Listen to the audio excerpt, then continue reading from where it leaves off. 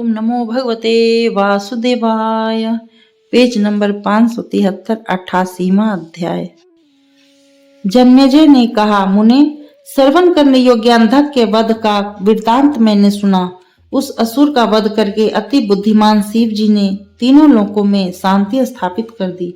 अब चक्रपाणि श्री कृष्ण द्वारा निकुंभ के दूसरे देह का किस लिए और कैसे वध हुआ, उसे आप सुनाने की कृपा करें।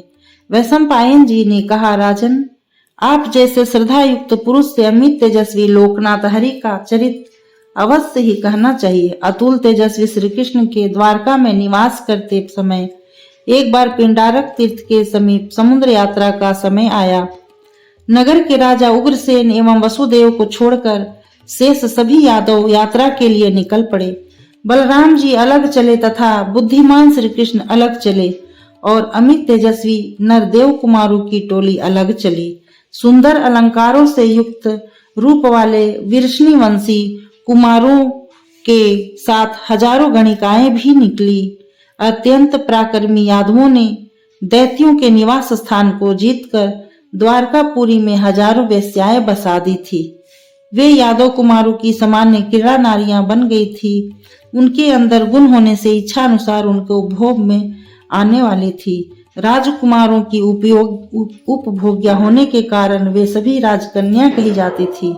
प्रभु अति बुद्धिमान श्री कृष्ण ने भीमवंशी यादवों को लिए ऐसी व्यवस्था कर दी थी जिससे यादवों में स्त्री के कारण आपस में वैमनस्य न हो। यदुश्रेष्ठ प्रतापी बलराम जी अपने अनुकूल केवल एक रेवती के साथ ही चक्रवाक पक्षी की भांति प्रेम से रमन किया करते थे। वे बलराम कदम की मदिरा के नशे में व्याकुल होकर सागर के जल में रेवती के साथ कीड़ा करने लगे। तब सब कुछ देखने वाले कमल लोचन गोविंद विश्व रूप से अर्थात जितनी स्त्रियां थी उतने ही रूप धारण करके जल में अपनी 16,000 स्त्रियों को रमाते थे। रात्रि में नारायण की सभी स्त्रियां सोचने लगी कि मैं ही केशव की इच्छित प्रिया हूँ, क्योंकि मेरे ही साथ केशव जल में बस रहे हैं। सभी के अंगों से सूरत में चिन्ह विद्यमान थे। वे सभी सूरत सुख का अनुभव करके तृप्त हो गई थी।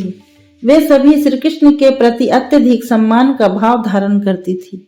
अपने परिचित जनों में वे सभी श्री कृष्ण की स्त्रियां प्रसन्नता से यह कहती थी कि हम गोविंद की प्रिया हैं, हम गोविंद की प्रिया हैं।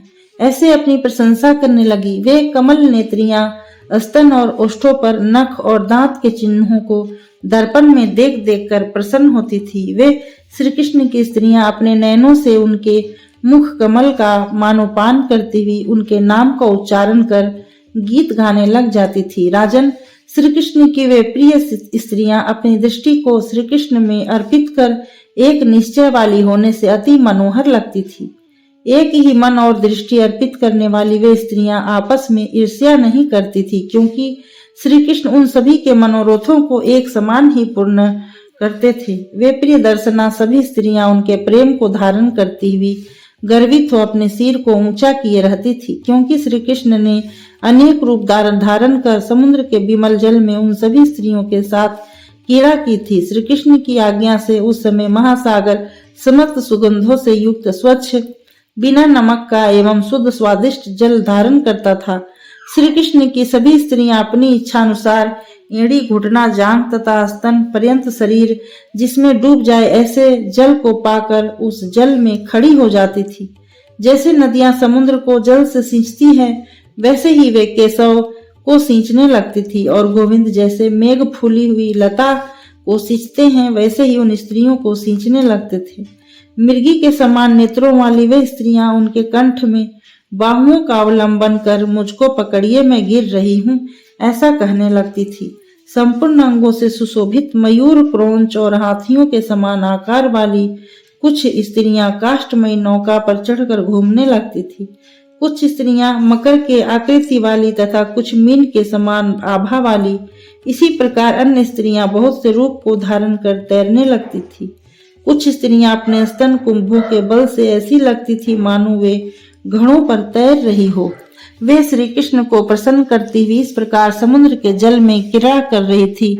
उस समुद्र में प्रसन्नता युक्त हो श्री कृष्ण रुक्मणी के साथ रमन कर रहे थे। देवताओं में श्रेष्ठ श्री कृष्ण जिस रमन करने योग्य मार्ग से रमन करना चाहते थे, प्रसन्नता पूर्वक उसी मार्ग का उनकी स्त्रियां भी अनुसरण करती थी। वासुदेव की कमल नेत्री अन्य कृष गात्रा स्त्रियां महीन वस्त्रों को धारण कर लीला करती हुई जल में क्रीड़ा कर रही थी।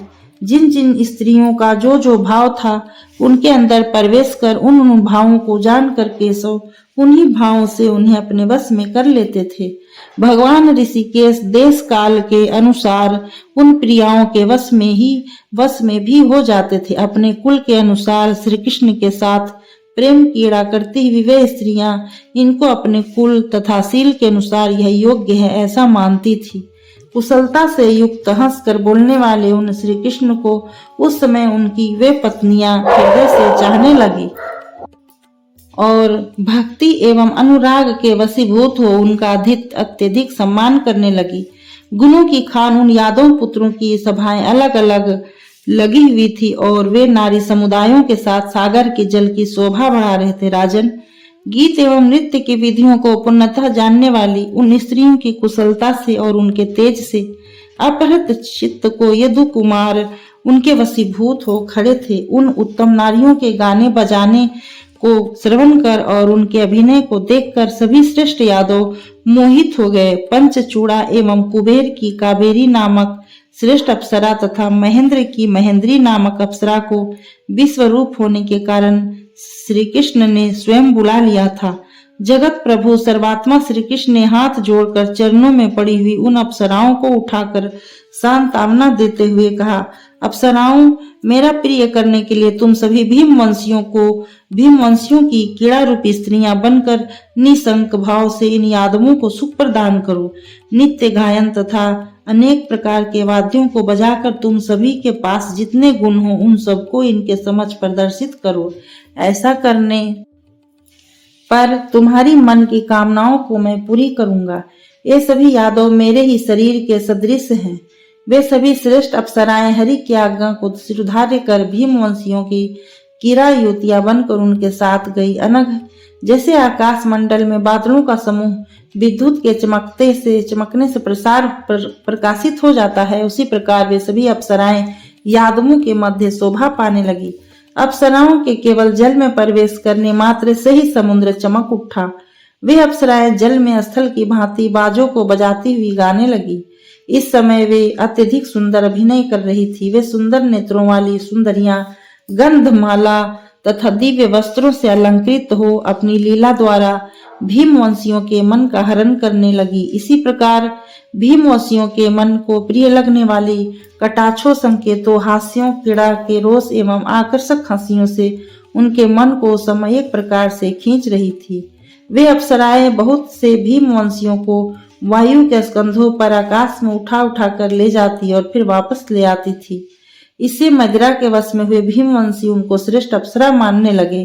भीमवंशियों को प्रसन्नता के लिए श्री कृष्ण ने भी प्रसन्नता पूर्वक 16,000 स्त्रियों के साथ आकाश में क्रीड़ा करने लगे। वे भीमवंशी अमित तेजस्वी श्री कृष्ण के प्रभाव को जानते थे, इसलिए वे विस्मय को न प्राप्त हो गंभीरता पूर्वक स्थित रहे। भरत नंदन अपनी इच्छा अनुसार कुछ यादव रेवतक पर्वत पर जाकर पुनः लौट आते थे, दूसरे घरों में जाकर आ जाते तथा कोई वन में जाकर लौट आते थे। उस समय अतुल तेजस्वी श्री कृष्ण की कृपा से न पीने योग्य सागर का जल भी पीने योग्य हो गया था। कमल लोचना नारियां हाथ पकड़कर स्नान करती हुई जल में स्थल की भांति दौड़ने लगी। भक्ष्य भोज्य, पीने चूसने तथा चाटने योग्य बहुत प्रकार के पदार्थ भीमवंशियों के ध्यान करते ही वहां उपस्थित हो जाते थे। मलिन न होने वाली मालाओं को धारण किए वे स्त्रियां स्वर्ग में देवताओं के समान एकांत में अनिंदित भीमवंशियों को रमन कराने लगी। सायंकाल के समय किसी से न हारने वाले अंधक और वृष्णि वंश के वीर स्नान के उपरांत चंदन का लेपन कर प्रसन्न हो गृह रूप से बनी नौकाओं में क्रीड़ा करने लगे। विश्वकर्मा ने उन नौकाओं पर चतुष्कोण लंबे चौड़े गोल गोल स्वास्तिक चिन्ह वाले भवनों का निर्माण किया था। ये महल कैलाश पर्वत, मंदराचल पर्वत और मेरू पर्वत के समान इच्छा अनुसार रूप धारण कर लेते थे। उसमें से कितने ही नाना प्रकार के पक्षियों व भेड़ियों के तुल्य रूप धारण करने में समर्थ थे। वैदुर्य मणि के तोरणों से युक्त होने के कारण उन महलों की विचित्र शोभा हो रही थी। वहां मणि से युक्त शैयाएं भी थी। मरकत मणि, चंद्रकांत मणि और सूर्यकांत मणि में विचित्र रागों द्वारा वे रंजित थे। वहां नाना प्रकार के सैकड़ों बिस्तर उनकी शोभा बढ़ा रहे थे। क्रीड़ा के लिए बनाई गई गरुड़ के समान उन नौकाओं की आकृति थी। कोई क्रोंच के तुल्य, कोई तोते के तुल्य थी। कितनी ही नौकाएं गजों की आकृति की थी। स्वर्ण के समान चमकने वाली व मल्लाहों से खेई जाती हुई सभी नौकाएं सागर की बड़ी बड़ी लहरों के ऊपर चल रही थी। शुभ्र जल पोतों यात्रियों को ढोने वाली नावें एवं वेग से पूर्ण नौकाएं, महल आदि जिस पर बने थे, ऐसे विशाल जहाजों से उस समुद्र की अत्यधिक शोभा हो रही थी। गंधर्वों के आकाशगामी पुरों की भांति भीमवंशियों की नौकाएं सागर के जल में चारों ओर इधर से उधर घूम रही थी। विश्वकर्मा ने नंदनवन के रूप से युक्त यात्रा करने वाली नौकाओं में नंदनवन की भांति सभी वस्तुओं को बनाया था। उसमें विश्वकर्मा ने उद्यानों, सभा भवनों, वृक्षों, बावलियों एवं रथ आदि नंदनवन की ही भांति अपनी शिल्प कला द्वारा निर्मित किया था। नारायण की आज्ञा से स्वर्ग के समान जलयानों में विश्वकर्मा ने संक्षिप्त रूप से स्वर्ग की सभी सामग्रियों को बना दिया था। उन वनों में पक्षी हृदय को प्रिय लगने वाली मधुर बोली बोलते थे। उनकी वह बोली उन यादवों को अति सुंदर लगती थी। यदुवंशियों की इच्छा अनुसार देवलोक में उत्पन्न हुए सफेद कोकिल उस समय यादव वीरों की इच्छा के अनुसार विचित्र एवं सुंदर आलाप छेड़ रहे थे। चंद्रमा की श्वेत किरणों के समान भवनों की छातों पर मोर अपने गनों से घिरे हुए सुंदर मधुर स्वर से बोलते हुए नाच रहे थे। बड़ी बड़ी सवारी नौकाओं की सभी पताकाएं पक्षीगणों से युक्त थी। उनमें लिपटी हुई पुण्य मालाओं पर भ्रमर आसक्त होकर गुंजार कर रहे थे। वे श्री कृष्ण की आज्ञा से वृक्ष पुष्पों की झड़ी लगा रहे थे। ऋतुएं सुंदर रूप से आकाश में अपना प्रदर्शन कर रही थी। रति की खिन्नता को हरण करने वाला सुखद वायु चंदन की शीतलता तथा पुष्पों के पराग से संयुक्त एवं चंदन की शीतलता को धारण करने वाली थी। राजन, वासुदेव के प्रभाव से वहां भीमवंशियों के क्रीड़ा काल में उनकी इच्छा अनुसार जाड़ा गर्मी पड़ रहा था। चक्रपाणि श्री कृष्ण के प्रभाव से भीमवंशियों को भूख, प्यास, ग्लानि, चिंता तथा शोक प्रभावित नहीं कर रहा था। अमित तेजस्वी भीमवंशियों की वह सागर क्रीड़ा गूंजते हुए बाजों के शब्दों एवं गीतों और नृत्यों से बड़ी सुहावनी लग रही थी। उनके द्वारा अभिरक्षित इंद्र के समान विलासी भीमवंशी जल के स्थान समुद्र को बहुत योजन तक घेर कर क्रीड़ा कर रहे थे। श्री कृष्ण की सवारी नौका को विश्वकर्मा ने 16,000 पत्नियों के रहने तथा क्रीड़ा करने योग्य बनाया था। तीनों लोकों में जो भी विशिष्ट रत्न थे वे सभी अति तेजस्वी श्री कृष्ण के जलयान में लगाए गए थे। श्री कृष्ण की पत्नियों का अलग अलग निवास स्थान वैदुर्य मणि द्वारा विचित्र सुवर्ण से विभूषित तथा उन नौकाओं में सभी ऋतुओं में खिलने वाले फूल लगाए गए थे। सभी प्रकार की उत्तम सुगंध व्याप्त होकर उन भवनों को सुवासित कर रहे थे। उन उत्तम यदुवीर एवं स्वर्ग में रहने वाले पक्षी उन निवास स्थानों का पूर्णतः सेवन करते थे। वैशंपायन जी ने कहा, जन्मेजय, चंदन का अनुलेपन किए कादम्बरी मदिरा के पीने से विकल लाल लाल आंखों व लंबी भुजाओं वाले इधर उधर पैर लड़खड़ाते हुए बलराम जी रेवती का आश्रय कर रमन कर रहे थे। नीले वस्त्रों को पहने चंद्रमा के समान गोरे एवं मदिरा से घूमती हुई आंखों वाले बलराम जी नीले मेघों के बीच पूर्ण चंद्रमा के समान शोभा पा रहे थे। वे इस समय केवल बाएं कान में निर्मल कुंडल की शोभा से युक्त थे। उन्होंने दूसरे कान में दिव्य कमल को ही एक कर्णफूल के रूप में धारण कर रखा था। उनकी प्रिया रेवती कुछ हंसते हुए उन्हें सुखपूर्वक देख रही थी।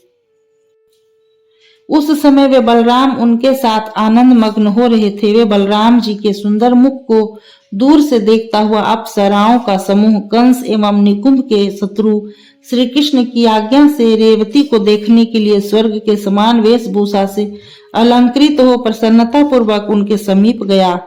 इन सभी अप्सराओं के अंग छड़ी के तुल्य पतले एवं मनोहर थे। उन सभी सुंदरियों ने रेवती और बलराम जी को प्रणाम करके वाद्य के लय पर नृत्य करना आरंभ किया। वे अन्य अप्सराएं उन्हें सभी ओर से घेर कर उत्तम रीति से गायन करने लगी। बलराम व रेवती की आज्ञा अनुसार हृदय को अनुकूल लगने वाला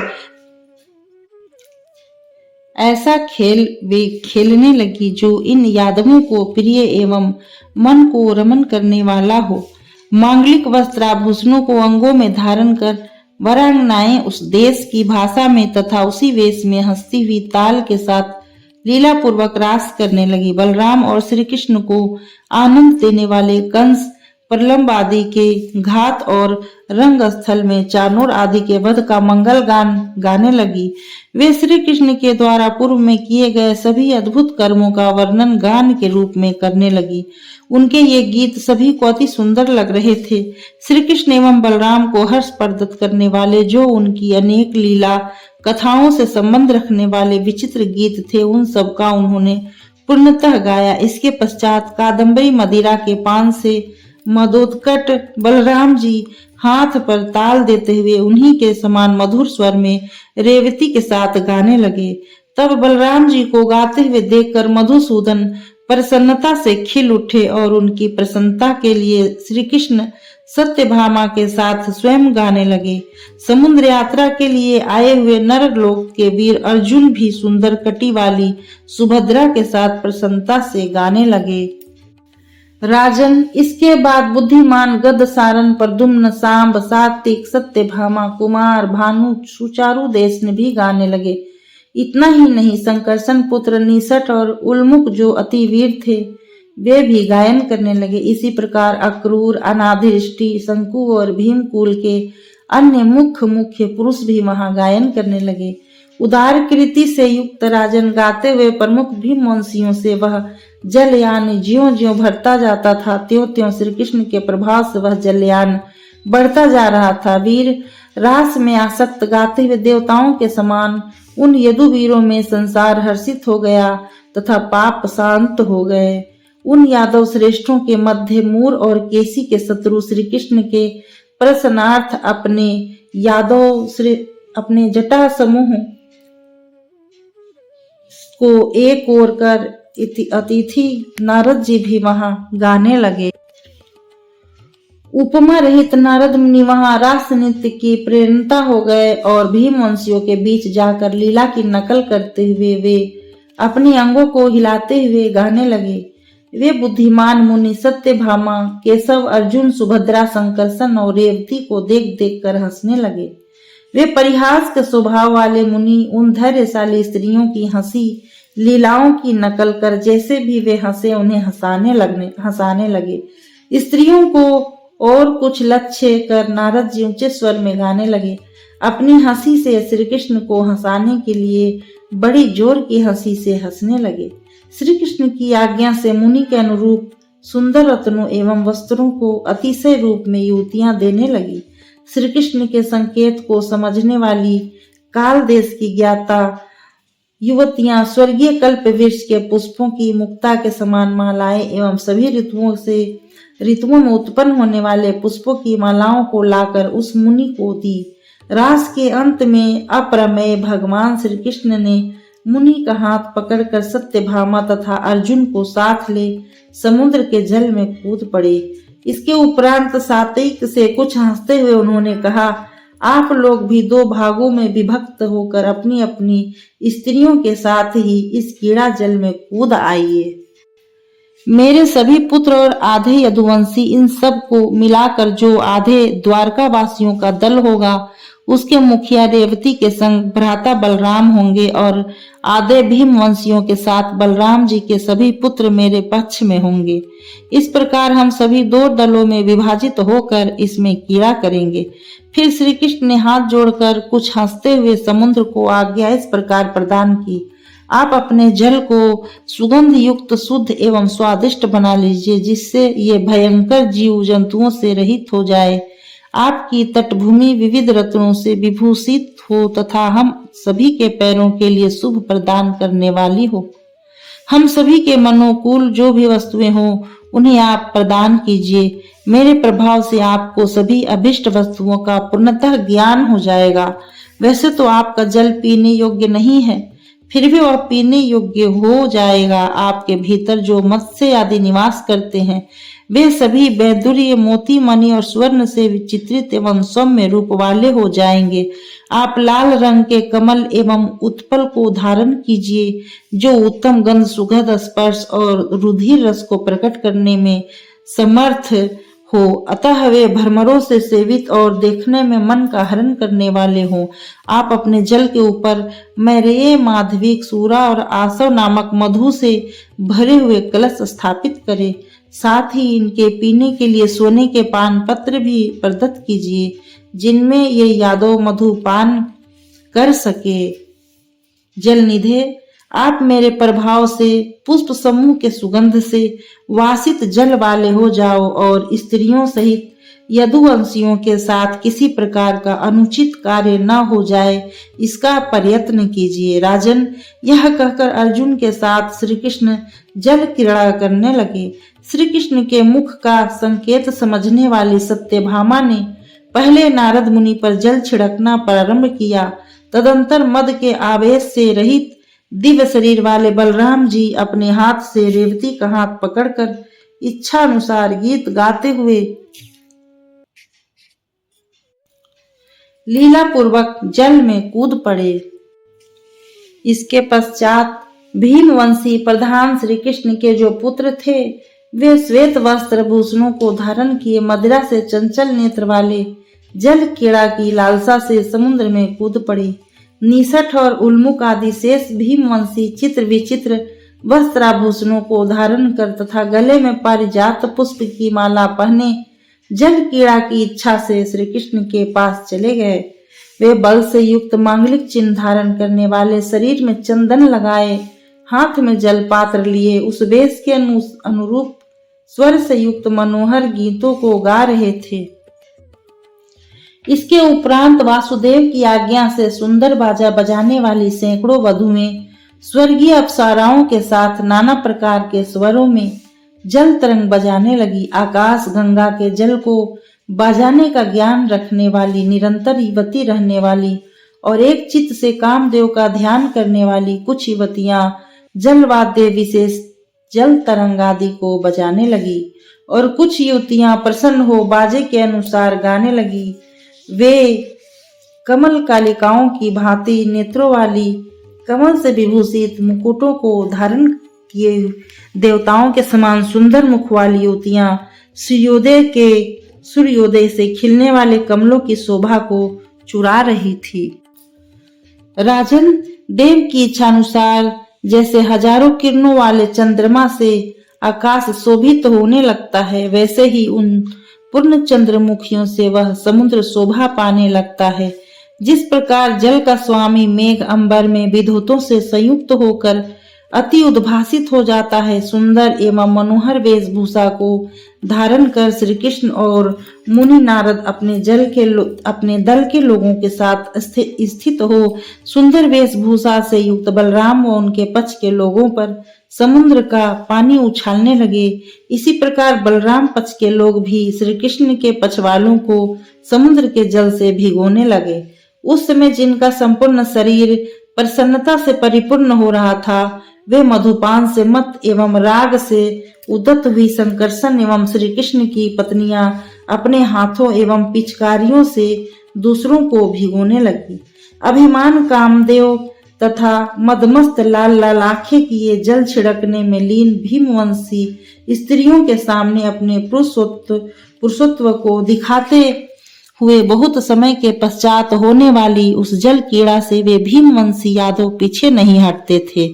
इस प्रकार स्त्रियों के ऊपर अतिक्रमण के प्रसंग को विचार कर चक्रपाणि श्री कृष्ण ने उन भीमवंशियों को वारण कर दिया और जल तरंग के शब्दों को सुन श्री कृष्ण नारद व अर्जुन के साथ जल क्रीड़ा से स्वयं निर्वृत्त हो गए। तब श्री कृष्ण के संकेत को समझने वाले अतिभिमानी भीमवंशी जल युद्ध के प्रसंग से अलग हो गए। तत्पश्चात अपने प्रियतम को नित्य आनंद देने वाली भीमवंशियों की प्रियाएं विश्वास मानकर नाचने लगी। नित्य समाप्त होने पर बुद्धिमान इंद्र के छोटे भाई श्री कृष्ण जल से निकलकर नारद मुनि को लेपन के लिए सुगंधित चंदन दिए। श्री कृष्ण को जल से बाहर निकले देख भीमवंशी भी जल त्याग कर बाहर निकल आए। तब श्री कृष्ण की आज्ञा से अमित पराक्रमी युद्ध शुद्ध शरीर वाले भीमवंशी भोजन पान के स्थान पर चले गए। अवस्था के अनुसार तथा छोटे बड़े के क्रम जैसा जिनका संबंध था बैठकर अपने रुचि के अनुसार भोजन करने लगे और पीने योग्य अनुकूल पदार्थों को पीने लगे। पके फलों के गुदे, खट्टे फल, अधिक खट्टे अनार के साथ सूल में गूंथ कर सेके गए कंद, पोषक अन्न, ये सभी पदार्थ पवित्र रसोइयों ने उन सभी के लिए परोसे। सूल में गूंथ कर पकाए गए भैंसा कंद और अन्याने कंद, नारियल, तपे हुए घी में तले गए खाद्य पदार्थ, अमल, वेंत, काला नमक तथा चूक के मेल से बनी हुई चटनी, ये सब वस्तुएं पाक विशेषज्ञ कहने पर रसोइयों ने इन यादवों के लिए परोसी। पाक विशेषज्ञ के अनुसार विधिवत तैयार से किए गए मृग नामक कंद विशेष के मोटे मोटे गुदे आम की खटाई डालकर निर्मित किए गए नाना प्रकार के विशुद्ध व्यंजन भी इनके लिए परोसे गए। दूसरे रसोइयों ने समीप में रखे हुए पोषक शाकों के टुकड़े टुकड़े करके उन्हें गोघृत में तल दिए और उनमें नमक तथा काली मिर्च के चूर्ण मिलाकर खाने वालों को दिए। मूली, अनार, बिजौरा, नींबू, तुलसी, हींग एवं भृतृण नामक शाक विशेष के साथ सुंदर मुख वाले पान पात्र लेकर उन अपरमेय शक्तिशाली यादवों ने अत्यधिक प्रसन्नता के साथ पेय रस का पान किया। अपनी प्रियाओं से घिरे घृत और तेल से सेके गए लकुच के साथ मेरे माधविक सूरा सौ नामक मधु को पीने लगे। राजन, सफेद रंग के खाद्य पदार्थ, मिश्री आदि तथा लाल रंग के फल के साथ सुगंधित तथा नमक बड़े भक्ष्य पदार्थों को एवं भैंस के दूध में पकाए गए खीर आदि खाड़ से बने नाना प्रकार के खाने योग्य पदार्थों को वे खाने लगे। राजन, मदिरा को न पीने वाले उद्धव भोज तथा मिश्र आदि वीर, शाक, दाल तथा अनेक प्रकार के पेय पदार्थ जैसे दूध, दही आदि से शुद्ध अन्न को प्रसन्नता से खाने लगे। दूध तथा खाण से युक्त अनेक प्रकार के फलों को खाते हुए बहुत प्रकार के बने सुगंधित कांजी रस और दही से निर्मित रायते को बड़े कसोरे या ढकनियों अथवा परइयों में पीने लगे।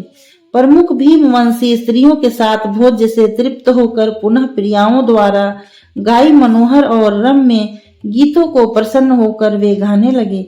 उस रात्रि में भगवान उपेंद्र ने आज्ञा दी कि बहुत प्रकार तान, आलाप आदि को से युक्त छालिक के गीत को गाओ, जिसे लोग गांधर्व गीत कहते हैं।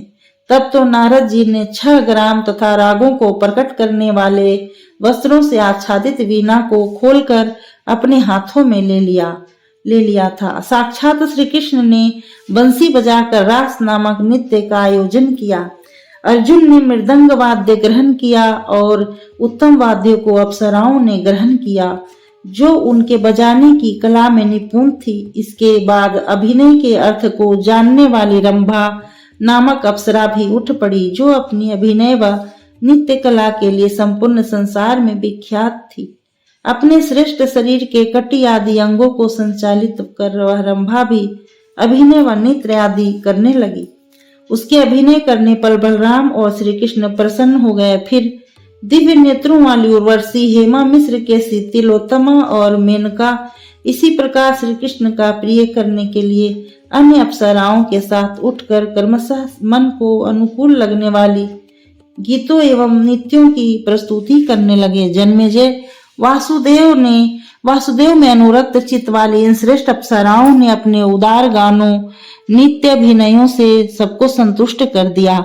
श्री कृष्ण की इच्छा से जल क्रीड़ा के समय आई हुई पंचचूड़ा, कौबेरी तथा माहेंद्री आदि अप्सराओं ने उनकी ओर से पान के बीड़े प्राप्त किए, जो कि उनके लिए सम्मान स्वरूप थे। राजन, श्री कृष्ण की इच्छा से मनुष्यों पर अनुग्रह करने के लिए स्वर्ग से वह छालिक गांधर्व पृथ्वी पर लाया गया था। इसके साथ ही साथ उन उत्तम गांधों से युक्त देवताओं के योग्य फल भी वहां लाए गए थे। वीर यादवों ने इन सबका पूर्ण रूप से रस संवादन किया। श्री कृष्ण के सदृश प्रद्युम्न ने इस होने वाले रम्य उत्सव का मंतव्य प्रकट करते हुए कहा, पृथ्वी पर मनुष्यों के ऊपर अनुग्रह करने के लिए श्री कृष्ण की इच्छा से यह स्वर्गीय छालिक के गान तथा देवता योग्य फलों को लाया गया है। तदुपरांत उदार बुद्धि वाले प्रद्युम्न ने छालिक के गंधर्व गान का पान सबको दिया। श्री कृष्ण, बलराम, प्रद्युम्न, अनिरुद्ध तथा सांब द्वारा परियोजित छालिक के गान मनुष्यों को निरंतर प्रिय लगने लगा। उदार कीर्ति से युक्त भगवान नारायण को वह परम प्रिय था। उसकी चर्चा करने मात्र से यह विजय की प्राप्ति एवं धर्म का लाभ प्रदत्त कराता है। शयनावस्था में बुरे सपनों का नाश और पाप का पूर्णतः निवारण कर देता है। किसी समय देवलोक में गाए हुए राजा रेवत ने छालिक के गांधर्व गान को इतनी तन्मयता के साथ सुना था कि उन्हें 4000 युगों का समय भी एक दिन के तुल्य ही मालूम हुआ। राजन, उसी छालिक के गंधर्व से कुमार जाति और अन्य गांधर्व जाति की उत्पत्ति हुई थी। ठीक उसी प्रकार जैसे एक दीप से सैकड़ों दीप प्रज्वलित हो जाते हैं। राजन, प्रद्युम्न आदि प्रमुख यादवों के साथ श्री कृष्ण और मुनि नारद ही छालिक के गुणों के विषय में यथार्थ रूप से जानते थे। संसार के दूसरे मनुष्यों को इसकी लेस मात्र की ही जानकारी थी। जिस प्रकार नदियों के जल को समुद्र ही यथार्थ रूप से जान सकता है, उसी प्रकार श्री कृष्ण ही छालिक के गान के गुणों को भांति भांति जानते थे। यह कथन वास्तव में सत्य है। राजन, छालिक के साथ अंग से 6 ग्राम तथा रागों में गान करना चाहिए। जो छालिक की सुकुमार जाति है, उसका गायन करने वाले मनुष्य भी बड़े कठिनाई से उसकी समाप्ति कर पाते हैं। जन्मेजय, जो देवता, गंधर्व एवं महर्षियों का समूह है, वे ही छालिक के गांधर्व के गुणों को प्रकट करने की कला में निपुण होते हैं। ऐसा समझकर ही मधुसूदन ने संसार पर अनुग्रह करने के लिए उत्तम भीम वंशियों को छालिक के गांधर्व का ज्ञान प्रदत्त किया था। तब से इस गान की प्रतिष्ठा होने लगी और देवताओं द्वारा गाय योग्य इस गीत को बालक, युवा, वृद्ध सभी गाने लगे। जन्मोत्सव में भीमवंशी क्रीड़ा करते थे। पहले बालक प्रसन्नता सहित इसे गाते थे, पश्चात वृद्ध लोग गाते थे और अपने स्थानों पर वे नित्य सम्मान देकर गाया करते थे।